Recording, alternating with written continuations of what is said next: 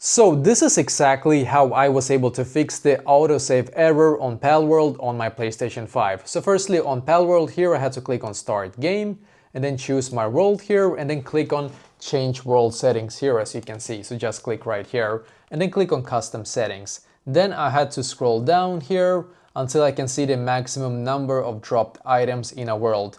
This one we have to set it down to 1000, and the reason for that is because we're going to lower it down to 1000 here. Wait just a second, just gonna lower it down to 1000 here.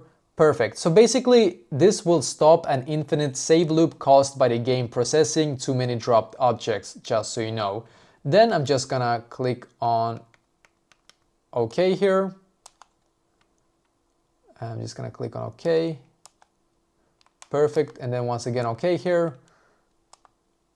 I'm a little too fast here, and then click on confirm. Perfect. So now what I have to do is to click on my PlayStation logo here and then click on home and then click on settings on my PlayStation and then scroll down and click on save data and game app settings. Then click on save data PlayStation 5 and sync save data. Click right here and then click on this one and then turn off enable auto sync right here as you can see, and then try once again, and hopefully this will be able to fix it as well for you.